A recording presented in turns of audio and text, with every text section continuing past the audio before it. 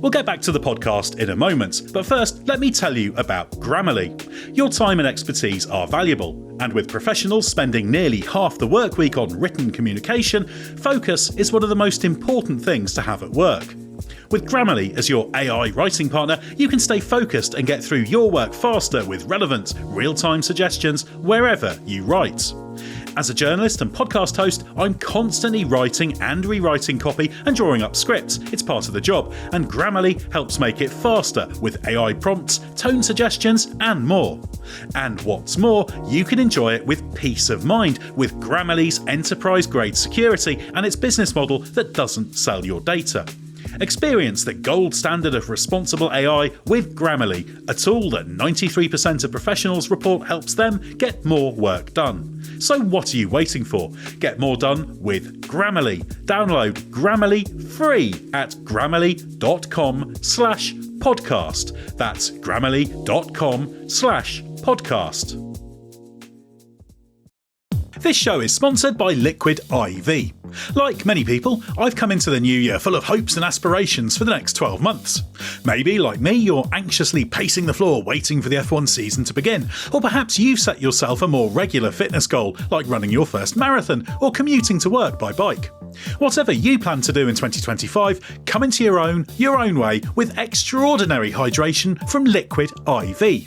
Powered by Live Hydroscience, Liquid IV helps you break the mould. Liquid IV is so easy and convenient to tear, pour and enjoy, and it comes in several fantastic flavours, like their new Hydration Multiplier Sugar-Free Raspberry Lemonade and other winners like White Peach and Rainbow Sherbet. As a regular flyer, I know how easy it is to become dehydrated, almost without knowing it, when you're travelling. That's why I always take Liquid IV on overseas trips. It's more than just a drink, and it's scientifically formulated to hydrate better than water alone.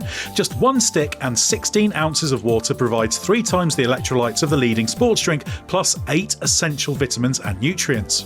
And what's more, it's always non-GMO, vegan, gluten-free, dairy-free and soy-free. Embrace your ritual with extraordinary hydration from Liquid IV. Get 20% off your first order of Liquid IV when you go to liquidiv.com and use code THERACE at checkout. That's 20% off your first order when you shop Better Hydration today using promo code THERACE at liquidiv.com. From Disney, on March 21st, the musical movie event of the year arrives in theaters. My name is Snow White. Flawless. Exquisite. Get tickets now. Waiting on a wind. Snow White will have you on your feet I think that's a wonderful idea. and cheering for more. I was thinking the same thing. Experience the magical story. Magic mirror on the wall. Who's the fairest one of all? Snow White. Disney's Snow White. Only in theaters March 21st. Rated PG. Parental guidance suggested. Tickets on sale now. The Athletic.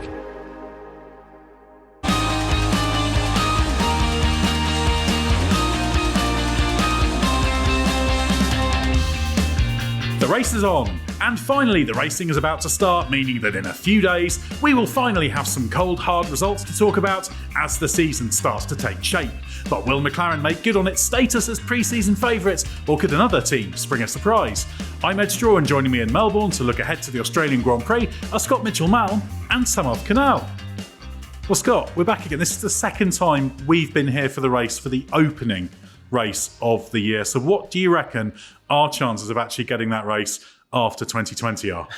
A lot better than they were a few years ago when we'd come all the way to Australia with a suspicion over whether the race would go ahead and how the event would take place, obviously before the COVID-19 pandemic really took hold. So it's great to be back for the opening round.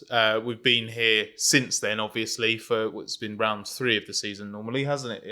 In the intervening years with Bahrain, the opener. But nothing against Bahrain from a season opening perspective, but Australia is just a better place for it. This is a race that gets a really, really strong crowd, really vibrant crowd. It has a real atmosphere that actually few events can match over the course of the season. And it's not that it's been bad in recent years since it's been the opener, but it doesn't have quite the same buzz. It's rarely flat, to be honest, around Albert Park, but there is an excitement when it hosts the opener. So I can't wait to actually get to the circuit even on Thursday. You get a real sense of occasion about the place. Yeah, it's always rammed on the Thursday as well. I saw when I landed at the airport yesterday that the slogan for this year is expect nothing less. So after 2020, I am expecting nothing less than the season opening even Grand Prix this year. Samarth, you've already been to the track today. You've been roaming around a very hot and slightly breezy Melbourne. So how is it out there? I wish there was more breeze. Firstly, it was hot out there, especially after such a dismal British winter. But there was a bit of a buzz around. I mean, again, this is only my second Australian Grand Prix, so I have a very small sample size. But from what I've seen, a little bit of a buzz, a little bit of stuff going in. It's quite exciting. Just for me, it's quite exciting to be here and kind of see the build-up and the excitement around the first race of the season, because I can't. Only a few times have I been to the first race, so it's really nice. I forgot what you asked me because it's so hot outside, Ed. I mean, I was hoping for rain today. There's rain forecast, and there might be rain on Sunday, apparently. Yeah, there is some rain forecast for later in the weekend. There's also some tremendous heat predicted for some days. I don't look too closely at the weather forecast because a few days out it can be just about anything. But yeah, it's properly high. It's 80-85% chance of rain on Sunday. Super hot until then, and then a deluge apparently. So that should be quite fun if that comes off. There is definitely going to be some weather, as they say, which of course there always is. So it's a funny phrase. But anyway, Scott, should we get on with the big pre-race news? Oscar Piastri, he signed a new McLaren deal. What do we know about that? We know that it's a signal of intent from McLaren and a sign that Piastri has certainly got to a point in negotiations where it's definitely worth his while putting pen to paper. This strikes me as the epitome of a win-win renewal. McLaren locks down a driver it has very, very high opinion of, and knows will be coveted by others. Red Bull have made some noises about Piastri over the last 12 months or so. They couldn't get the original McLaren driver they targeted, Lando Norris. He got locked into a long-term McLaren contract on 2 separate occasions, most recently before last season, and now Piastri has sort of been in their sights. I think making a bit of noise just to be disturbing more than anything else, but McLaren's decided we're having none of that. We want this guy longer term, so let's just do the renewal. And then from Piastri's side, plus the other thing to point out on McLaren is really strong negotiating point for them as they've just won the World Championship. So whereas with Norris, there was that little bit of hoping that he would buy into the progress McLaren would make, with Piastri, they've now got firmer evidence of, well, look at where we are. We're the best team in Formula One. Why would you want to leave elsewhere? But from Piastri's side, he did his most recent renewal at the end of his rookie season, which had been very good, but it hadn't been, absolute, like a blockbuster level. He's already ahead of Norris or anything like that. Since then, he has become a Grand Prix winner. He's taken a step as a racing driver. There's still a little bit of work to do, of course. He's only had 2 seasons in Formula One, but his trajectory is strong. He is a race winner. He's got more market value now, and his contract should reflect that. So I think it is the kind of deal that just satisfies both parties, and timing it for the start of the season and his home race is great. But I think you're about as big a fan as McLaren are, aren't you, Ed, of getting everything lined up nice and early and not engaging in any nonsense once the season begins? Yeah, I have a lot of respect for that approach from McLaren. They know what they've got. Some people will say, well, why don't you hang around and see who might come onto the market? But there's a lot to be said for moving, getting things locked in. And of course, if somebody does come calling, that means there's a high ticket price for them as well. So I'm not saying that that's why they've done it, but it just means they're in control of their own destiny. You don't leave yourself open to the vagaries of, say, Lewis Hamilton signing for Ferrari unexpectedly. So it says a lot about, I think, McLaren, doesn't it, Samarth, that they tend to do this, and they've been doing this for quite a few years now with Norris and Piastri. Yeah, it says a lot about how they do business, and I quite appreciate it in that regard. I think it's quite a good thing, doing away with the sort of musical chairs of what silly season can be like. But I also think, who would that other options be? Because, they've basically signed down their best option in a sense. Bortoleto used to be a McLaren reserve, but I don't think they were going to hold out for him anyway, and Sauber probably made a good offer. So, it just makes a lot of sense. Why not get it down? It's like they had nothing else to lose, and the decision was kind of made for them. Yeah, ultimately, there's always the possibility that a Verstappen or a Charles Leclerc, they're probably the two obvious ones, might come on the market. George Russell, we know, is out of contract at the end of the season. But why engage in that? Norris is a very, very good and quick driver. He's as quick as anyone, I think. The only question marks are about that ability in the wheel-to-wheel battle, the sort of the strength of mind. But I think he'll take a step this year. We know Piastri ticks that box. He's got a little bit of work to do in terms of just the consistency of delivery and producing that pace. But I think also, Scott, it is a vote of confidence, isn't it, in Piastri, saying, actually, we're not going to wait and see if you take that step this year. We're confident you're going to. And what's more, we think that probably it'll be easier for you to make that step if we say, do you know what, Oscar? You're our guy. Yeah, I completely agree. And I also think that we shouldn't underestimate the value in that faith that McLaren has in Piastri and the desire McLaren has for Piastri to be part of the team. The fact that it could offer him a race seat, probably offered him more money, probably offered him a better, more convincing long-term plan were all obviously massive factors. But so was the simple fact that McLaren wanted him so much in the first place. That's why he agreed to join the team for 2023. Remember, Alpine had a plan for him. There was a loan deal with Williams set up. It was going to happen.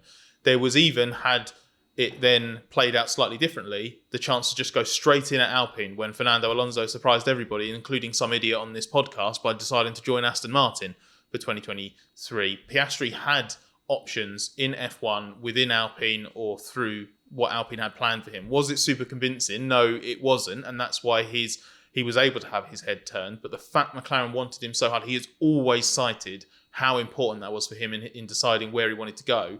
Having that show of faith again now is just another reason for him to stick around, because it means that nothing that's happened over the last 12 months with Lando Norris winning, 3 races last year, and still having that edge of pace over Piastri in qualifying, hasn't turned McLaren into a team that says, okay, Norris is our North Star now longer term, and actually Piastri probably won't be as, like, they haven't made any snap judgments about Piastri having a too low a ceiling or anything like that. They've said to him, we're willing to reward you for the progress that you have made, and we're also backing you to make more progress in the future. Because remember, Andrea Stella always talks so highly about Piastri as someone who, to use the phrase that Stella loves to use, cashes in on opportunities to improve. He progresses very quickly. And also just add that it's probably important to tie your drivers down now as you're entering like a new era, and that stability really helps. When you're building a new car, you want that kind of stability to drivers who keep offering feedback and keep offering similar feedback to define the next generation of car and where you're going with it. So I think it's really important to kind of keep the current lineup of drivers into next season when you just have a sweeping set of technical regulations, kind of keep that stability. Well, remember that Piastri's last renewal would have run to the end of 26. So if you got to the start of next year and McLaren had a wobble or there was anything like that, that potential availability would leave McLaren a bit weak in negotiations, and Piastri might be minded to go somewhere else. This is, again, it's a show of faith in Piastri, but it's also in reverse. Piastri's saying that he backs McLaren to give him a car longer term to have the chances to fight for championships, which is what he wants to do and what he expects to start doing this year. Funny to think that had he stayed with Alpine, he could be going into an Alpine first year after a couple of years in Williams. That was the possibility. But instead, he's going into this race weekend as one of the favourites.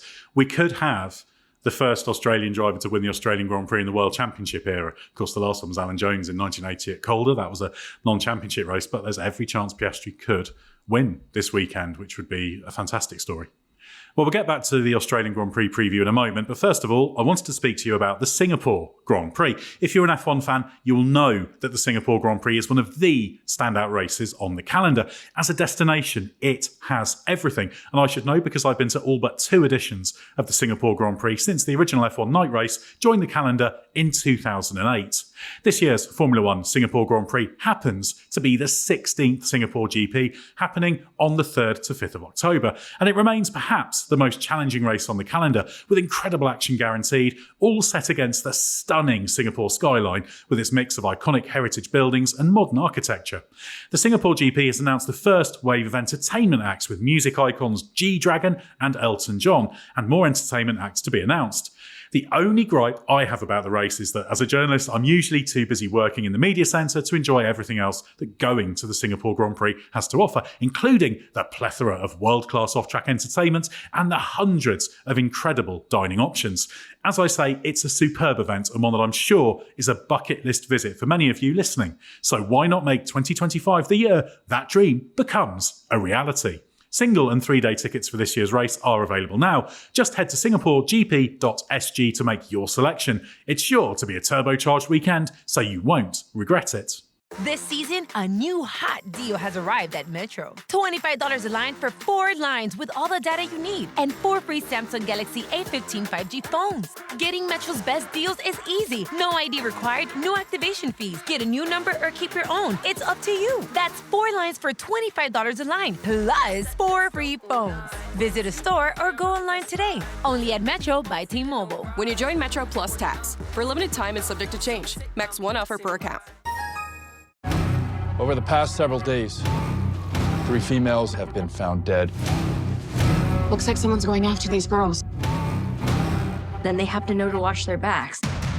Streaming March 13th. You really want what happened to this woman? That happened to you? Exactly why I need to keep going on this. Starring Emmy Award winner Amanda Seyfried. I'm worried about what you're gonna find. So am I. Long Bright River, a limited series. Streaming March 13th, only on Peacock. Are your ulcerative colitis symptoms proving difficult to manage?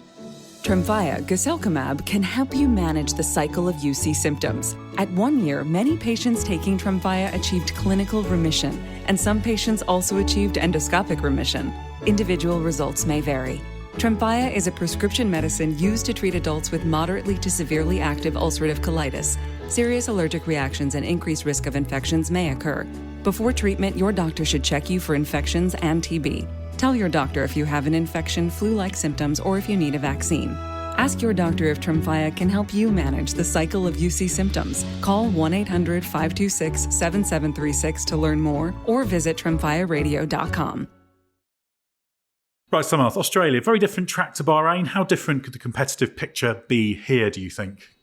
Yeah, it's funny. It's a different track in terms of it's a temporary street circuit, but I actually think it's a bit of an average track as well in some ways. If you're good in Bahrain, which is like a bang-on average track, I'm not saying that in terms of it's an average track because it's so boring. I'm saying it's an average track in that it's kind of right in the middle. It's not too low speed. It's not too high speed. It's quite medium speed. It's got a lot of those sections. So I think if you're good there, if you're good in Bahrain, you're probably good here as well. I think this track is it's a bit of an all-rounder in the shadows, perhaps, because people think, oh, it's a street track and it's it's really technical, but actually, not really. There's a lot of medium speed stuff here. You just got to be good on the curbs here in Australia. So I think it's about the same competitive picture as we'll see in Bahrain as here. The only thing I'd say about Bahrain is probably you have to be a lot better on your tires there. It's quite rough. It's quite abrasive. So in that sense, probably this is a bit easier on tyres. Again, the only thing is we've got massive chance of rain on Sunday. That could really shake up the competitive picture. And the other thing I'd like to mention is Australia is a big test of kind of teams' operational mettle, as it were. You'll see teams kind of, because it's quite a tight street track and strategy is, the pit loss is so crucial here and you want to capitalize on safety cars, which are quite common here. You kind of see teams that haven't got it down operationally slip up here. That's the only thing I'd say to look for. So it can spring a surprise in that sense. And strategy and capitalizing on safety cars will just be, utmost priority in Australia. It'll be interesting to see how the teams play Friday practice, because if everybody is expecting rain on Sunday, long run data and anything like that will be largely irrelevant if it's wet on Sunday but baking hot on Friday. But there's a chance it doesn't rain on Sunday. You have to play what's in front of you. And the key difference from here to Melbourne, in my opinion, is going to be the temperatures.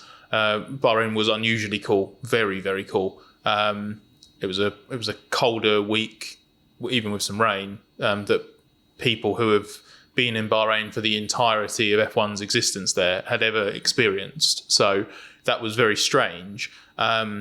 So we haven't seen teams like Mercedes openly talking about the fact that they've got a bit of that they're weaker in warmer temperatures. So this will test it. If you have long runs on the Friday, maybe that'll expose some weaknesses. It might even expose it when you're putting the softs on and doing your qualifying lap. They might not be there still by the end of the lap. So you've got to factor that in. Whereas usually at Bahrain, you would be, it's a rear limited circuit. You have a big strain on traction, for example, but as I think Alex Albon put it during the test, it was probably the only time that everybody's ever been to Bahrain and found that traction wasn't an issue.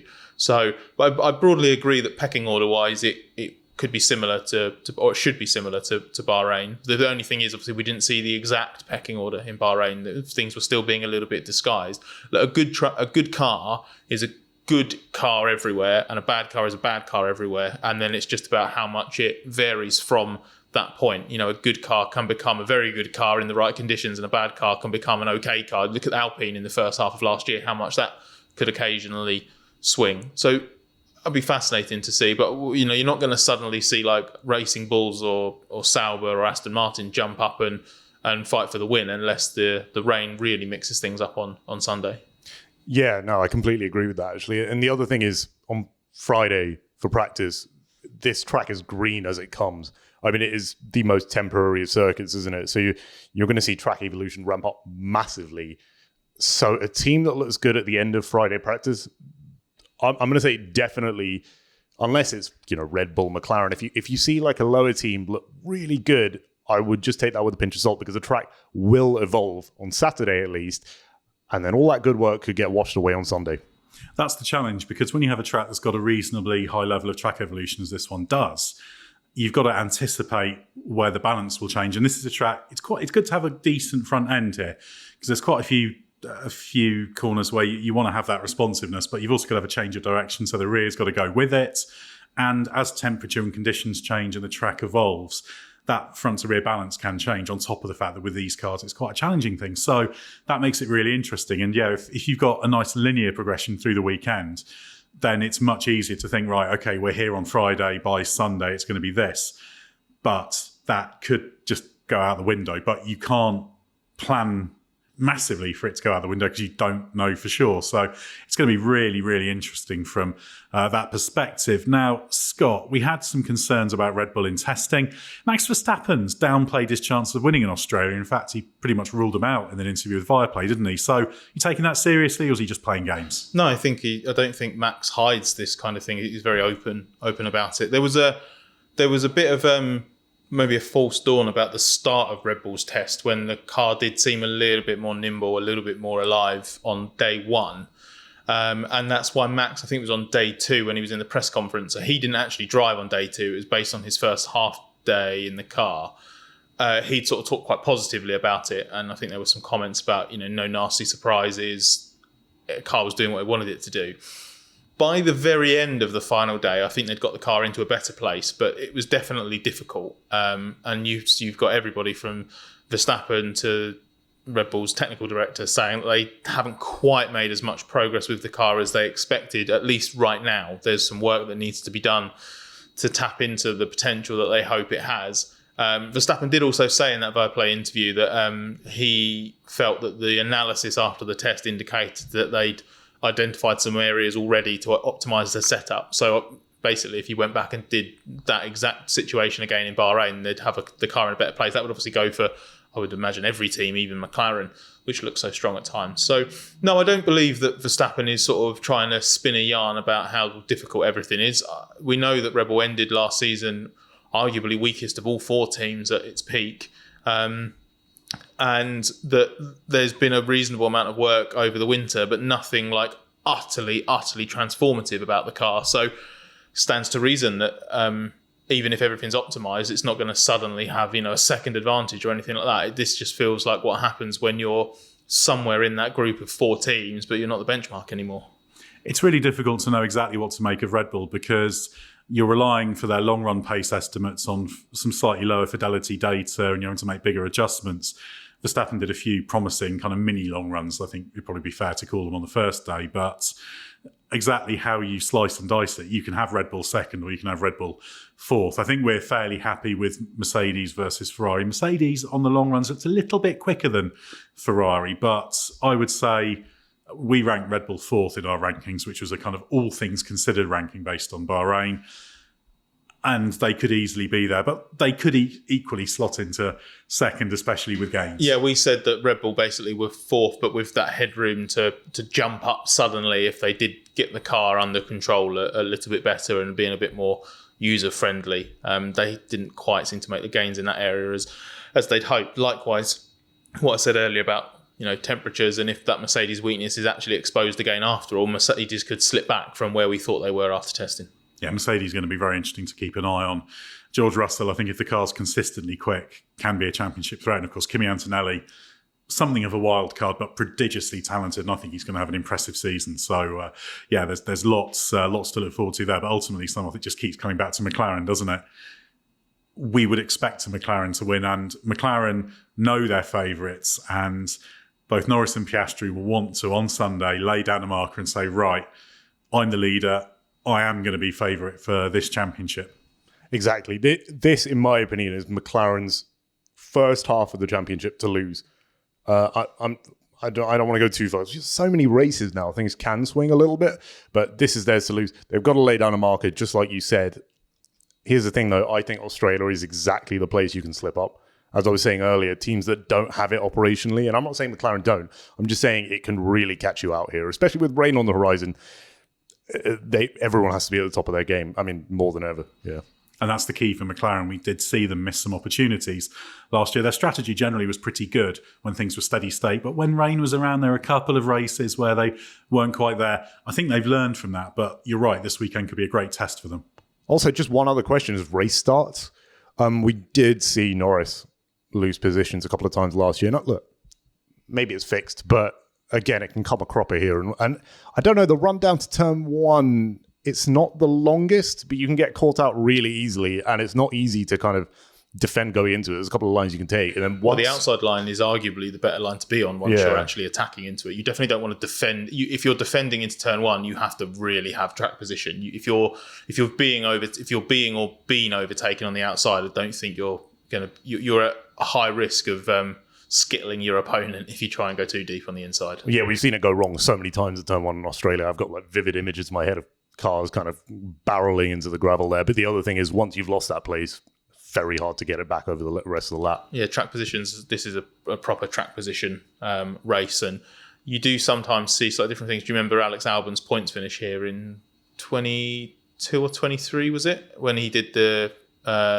pit stop on the last lap, or penultimate lap. Yeah, and the start's also interesting here because it is kind of a compound start in that you have that run to turn 1, 2, and then there's a run to turn 3.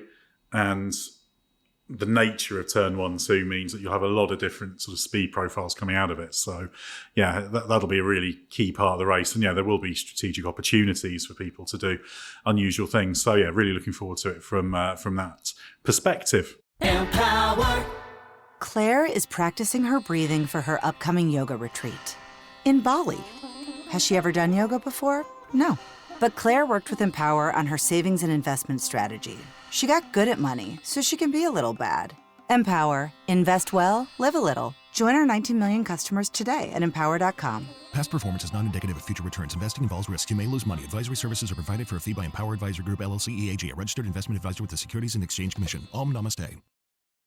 This podcast is supported by Progressive, a leader in RV insurance. RVs are for sharing adventures with family, friends, and even your pets. So if you bring your cats and dogs along for the ride, you'll want Progressive RV insurance. They protect your cats and dogs like family by offering up to $1,000 in optional coverage for vet bills in case of an RV accident, making it a great companion for the responsible pet owner who loves to travel. See Progressive's other benefits and more when you quote RV insurance at Progressive.com today. Progressive Casualty Insurance Company and Affiliates. Pet injury is an additional coverage and subject to policy terms.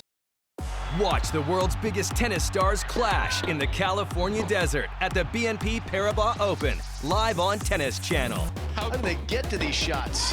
Tune in daily for exclusive first ball to last coverage from Indian Wells and witness all of the jaw-dropping action as the game's top men and women square off at one of the greatest events in sports. It's tennis magic. You need to see to believe. The BNP Paribas Open, live on Tennis Channel and streaming on the Tennis Channel app. We're going to round off this podcast with some more listener questions. Remember, if you'd like question asking privileges, along with ad-free listening, early access to videos and articles and all manner of exclusive podcasts, the Race Members Club is for you. We've got a 90% off your first month's membership, special offer running to mark the start of the season. And Scott, we've just been doing a little bit of content for the Members Club. I don't know what order they'll be released in. It's probably there now by the time you listen to this, but we were out on the balcony in our Melbourne apartments answering some members' questions. Yeah, exactly. Slightly different set of questions to what we'll get into this. No repetition. We're really trying to answer as many different things as possible. And one of the good things about the members club stuff that we record, which is, as you say, in video form that we've done just now, slightly more relaxed, a little bit more kind of different topics. Still some stuff looking ahead to the season and some key F1 topics, but some broader behind the scenes stuff as well. So yeah, hopefully members enjoy that once they've had a chance to look at it. And if that's your kind of thing, as well as wanting to ask questions for the podcast, then check out that offer, 90% off. Right, let's get into the questions now. As we say, different to the Patreon video questions we answered. This is from the set we got after testing. We always get great questions from the Race Members Club. Question from Pat Frice. I hope I'm pronouncing that right. Frice or Frice, I think. Correct me if I'm wrong. As someone who is generally a McLaren fan, I find myself being irresistibly drawn to the idea of an 8th Hamilton title for Ferrari this year. If we reach the closing stages of the season with Charles Leclerc and Hamilton both in strong title contention, how realistic is it to expect an equal fight? Or would McLaren favour Leclerc, who is clearly their long-term prospect given the driver's ages? What do you reckon, Scott? That's a difficult one to kind of answer. The way that Ferrari wants to obviously go about it is no favoritism, and doing things, just letting things sort of play out in the natural order. That's kind of been the Ferrari way for a while. They've obviously had moments where they've had de facto number one and de facto number two. But if you look ever since really Leclerc joined Ferrari, that was kind of it'll be survival of the fittest between him and Sebastian Vettel. And it didn't take long for Leclerc to displace Vettel as Ferrari's team leader effectively and reference. I think that was the word that Mattia Binotto used at the start of 2019, that Vettel would be the reference for Ferrari that year, but he wasn't the reference for very long. And then in the Leclerc-Carlos Sainz era, it wasn't about Leclerc being the number one, but he was the de facto team leader because he was the very fractionally faster driver, and he would beat Leclerc beat Sainz over half the time. Over half the time he would qualify and start ahead. So you had that kind of inherent dynamic a little bit there. There are some sort of theories about Ferrari going in the wrong direction with biasing the car towards Sainz too much at times, but I think that was only ever really in extreme circumstances rather than by way of natural development direction. But Leclerc has ridden out two Ferrari teammates now and faces a third, and at the end of last year was in title challenging form, title winning form, you could argue too, with the amount of points he scored after the summer break, and it was higher than anyone else. So if Hamilton comes in and isn't as quick as Leclerc, the team will naturally gravitate towards Leclerc over the course of the season, especially once the points favour a Leclerc championship bid over a Hamilton championship bid. That's just how it's going to work. But if Hamilton goes in, hits the ground running, Fred Vasseurs not going to want to do anything to try and destabilise Hamilton or upset his integration or anything like that. Hamilton will be given every opportunity.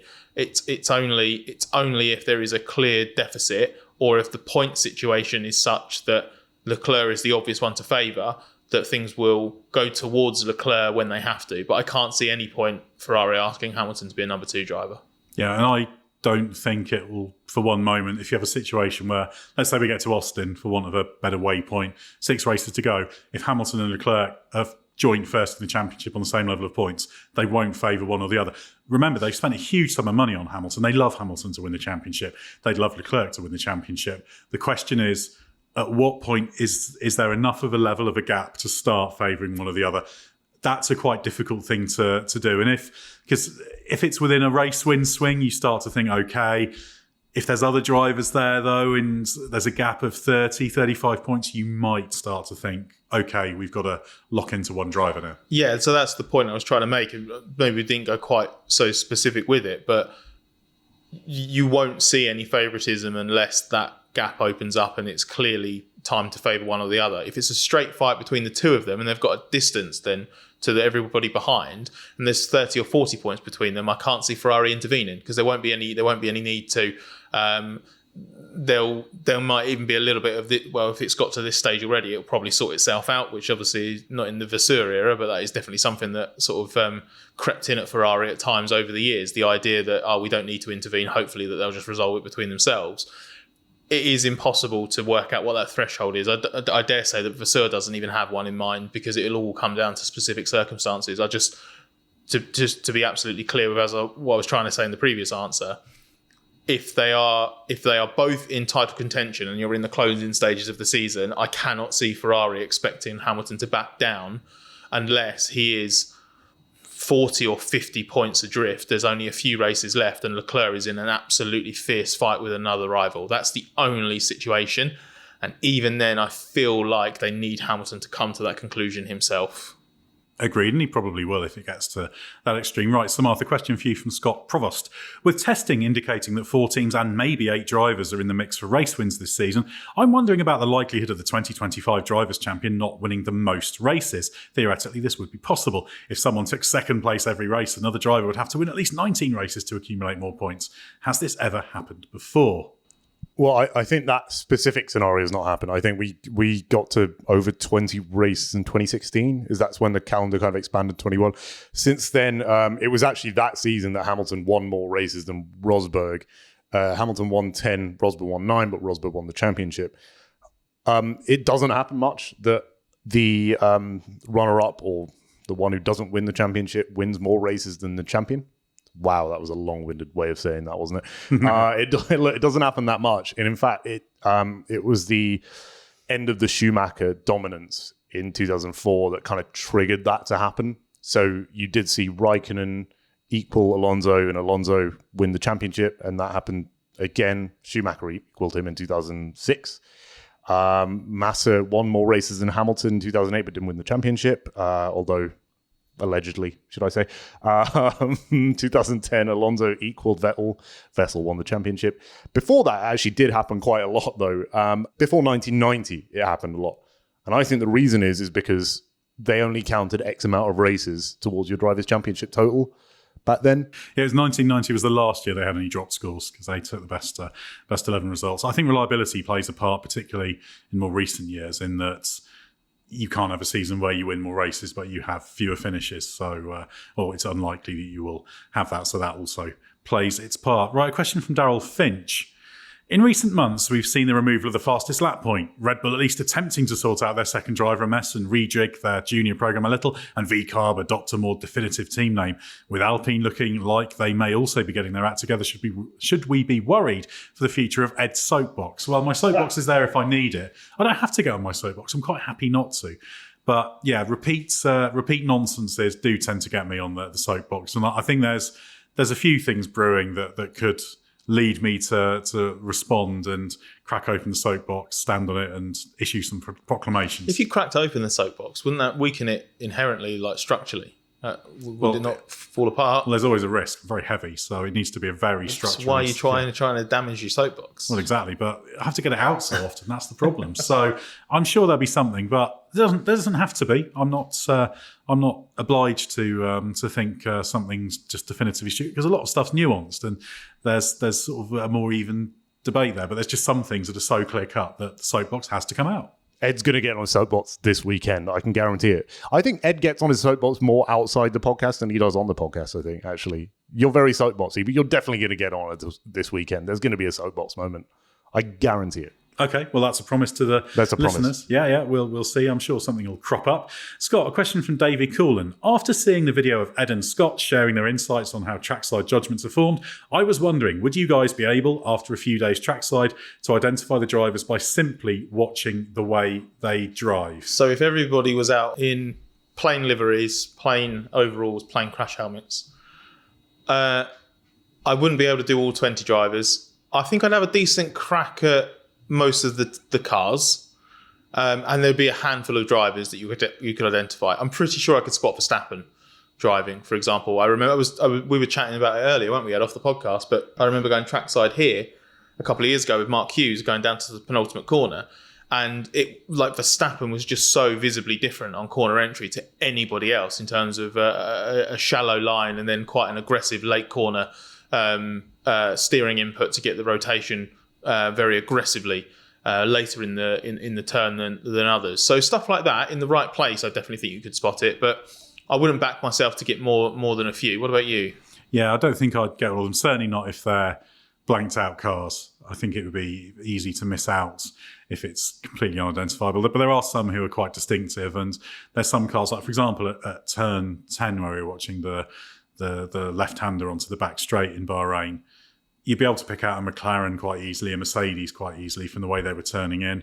You'd probably pick out the Red Bull fairly easily from what it was doing. So you start to then sort of shuffle it down, but it's small details. So I've never tested it. I'm not sure how straightforward it would be to tell the difference. I'm not sure what strike rate. If it was all 20 circulating, I'm not sure my strike rate would be that impressive, but I don't think it would be. I think it'd be a little bit better. It'd be better than random chance. Yeah.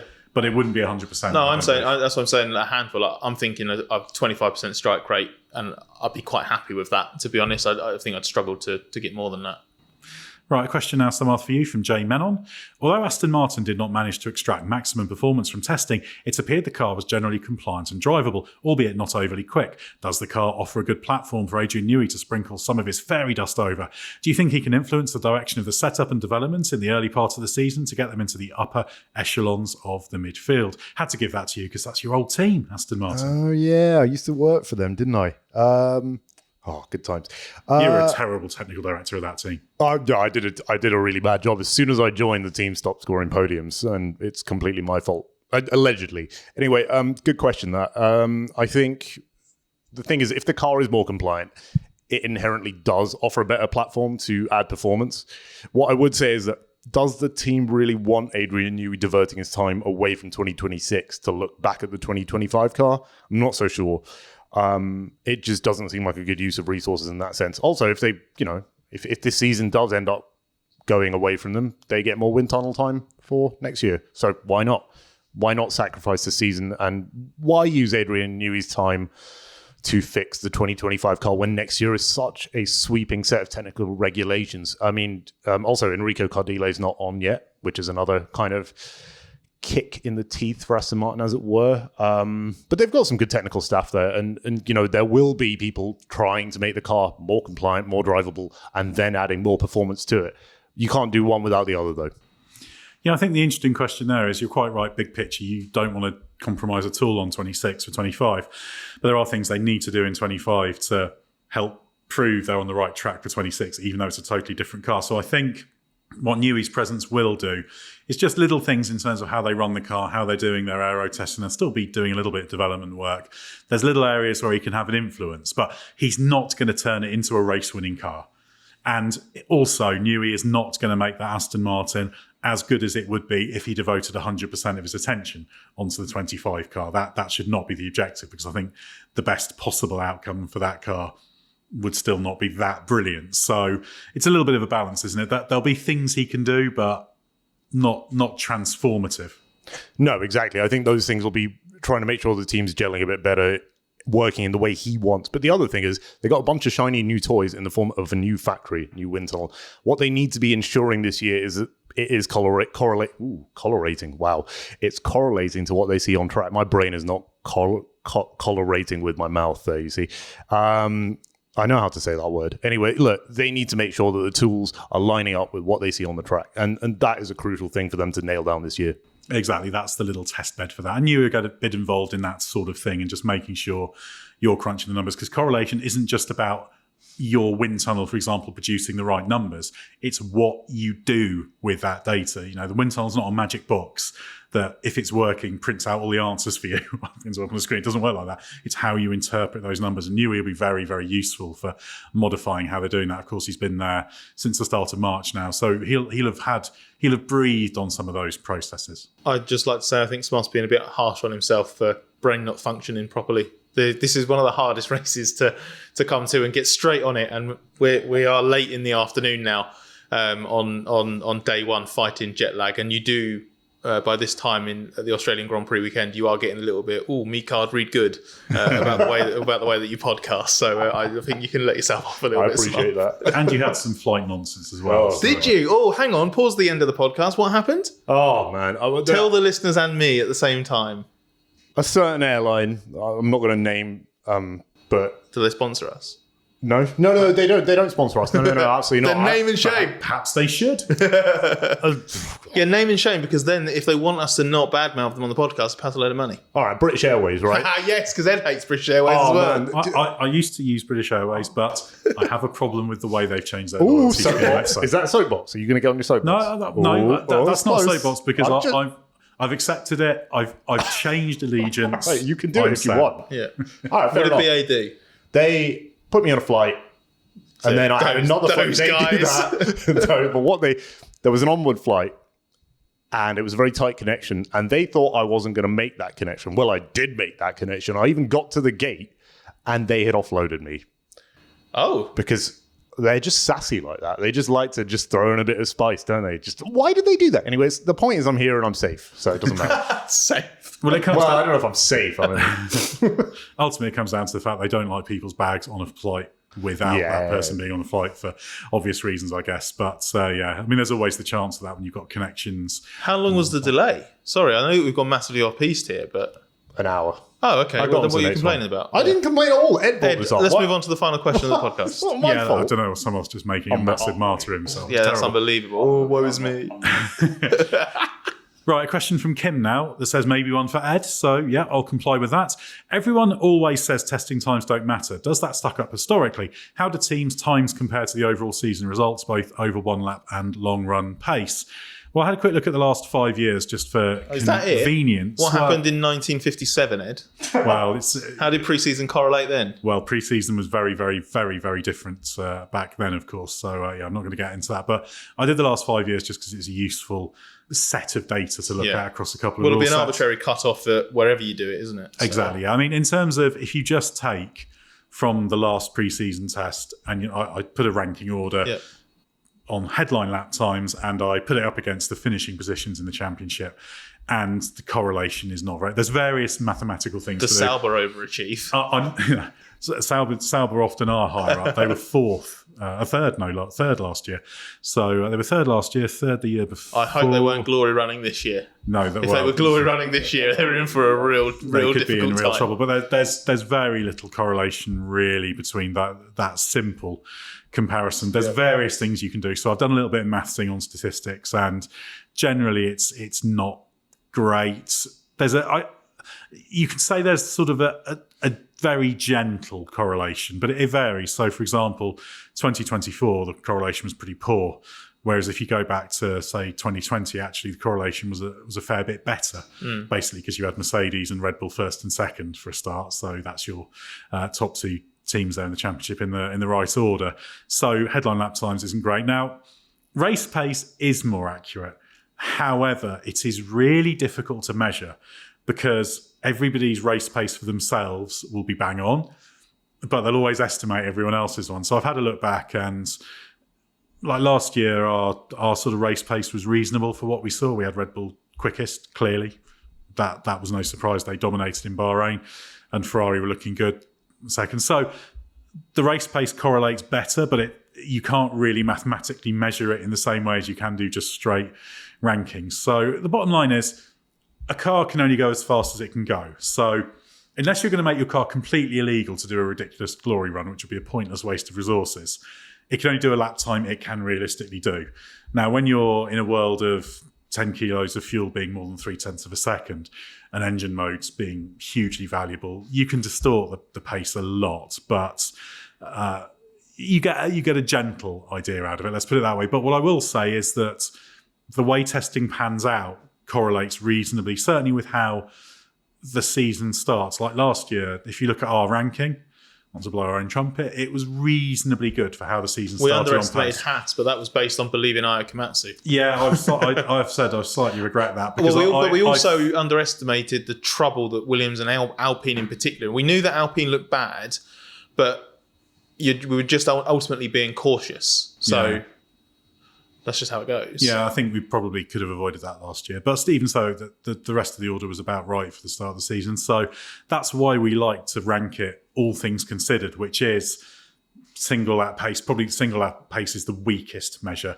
Long run pace, what we hear in the paddock, what we see from trackside, all of these things. So it gives you an idea, but I don't think there's any meaningful precise correlation that you can take purely a set of data with what we know on the outside and build a case for this correlates really, really, really well, because it just doesn't. No, the long run pace gives you the best example, but there's often there's other elements as well. Like right down, we mentioned this a few times, I think, during our testing coverage, but like even the utterly intangible feeling of, what the vibe is like and what people are sort of saying about other teams. And you notice, because you end up like comparing data with teams, because they're all kind of curious to get different data input as well. So you'll often have team bosses or senior people in teams like sort of trading like rough pecking orders with you and the like. And it was very clear in the past, even though, if Red Bull hadn't done a big lap time or like a proper race run that was comparative or something like that, like you knew based on the runs that they had done, how the car looked on track, what everybody's GPS data was saying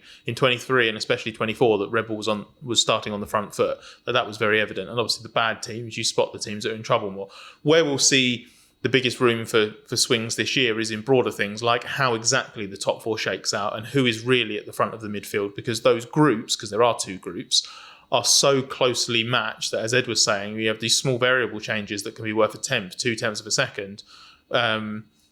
That's a massive place in the pecking order now, because there aren't big gaps between teams anymore and subgroups and stuff like that. There might end up being that as the season evolves, but that doesn't really seem to be the case right now. So if you're looking at this season as an example, in the midfield, Williams might have been slightly flattered by their performance running during testing, but to Ed's point about the car can only go as fast as it can go, you still have to be a pretty good car to do the lap time on low fuel that Carlos Sainz did and Alex Albon backed up, for example. Aston Martin didn't look like it had the greatest of tests. Now, it might pull something out of the bag when actually everyone takes everything down to zero, and Aston Martin might surprise us, and it would genuinely surprise us, and go leap to the front of the midfield. We would have to hold our hands up and say, okay, we misread that in testing. But you aren't going to see a team at the back suddenly go second or third fastest or anything like that. And to that point, with rule stability, so the correlation gets weaker. For example, if you look at the 3 years we've already had of this rule set, with the various mathematical fun little bits and pieces you can do, 2022, 2023, 2024, each year the correlation just between ranking on single lap time and championship position gets weaker. It actually mathematically in 22 is actually a little bit credible. It's sort of in the range where it sort of gently correlates reasonably, but then it drops because the gaps get smaller. And obviously when the gaps are bigger, if you've got a 0.3 margin of error, let's say, in 2022, that's proportionally a smaller margin of error than the same amount would be in 2024. So yeah, it's very, very difficult, and it is it's very, very difficult to be absolutely certain. However, it is easier these days simply because you get everyone testing at the same time in the same conditions at the same track, which makes it a lot easier to at least draw something from it. And that's one of the reasons why we like watching the cars on track so much, because again, the car on track can't lie, and you will see each car running heavier, running lighter on different programs. If you watch enough, you will see the car across its window of conditions. So that'll give you a picture as well, but still very, very difficult. And I'm sure this weekend has the potential to prove everything wrong. We may have Sauber winning the race, dominant 1-2, a sensational rookie victory for Gabriel Bortoleto, but don't hold your breath for that. And definitely don't clip that out as if that's a serious prediction. I think you definitely should. Yeah, I would say it'd be very interesting to come back to this and our preseason rankings by the time we've done the Bahrain Grand Prix for real, because we'll have had 4 different Grand Prix by that point. So that's quite a nice little yardstick of across a different range of circuits, actually who's where in the championship and who's where on super times and who looks strongest on Sundays compared to Saturdays and blah, blah, blah. It's one of the fun things about the fact that we're here in Australia rather than in Bahrain is we've done one track for testing and go to a completely different track for the first race. So let's see. Maybe there'll be some surprises. Maybe it'll all be as we expected. But I think what we see in Melbourne won't necessarily be what we see in China, won't necessarily be what we see in Japan, and then Bahrain and Saudi and so on. It will take a bit of a while to settle down and get a clear performance trend.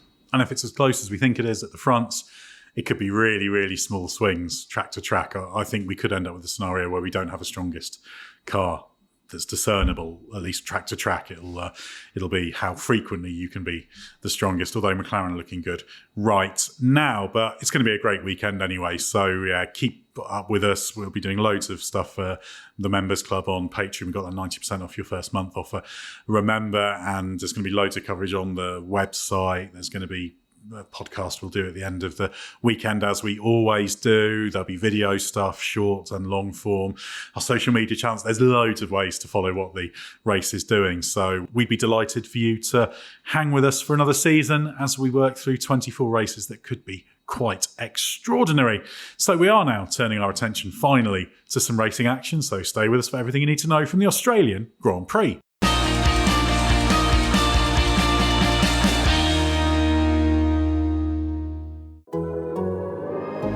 The Athletic.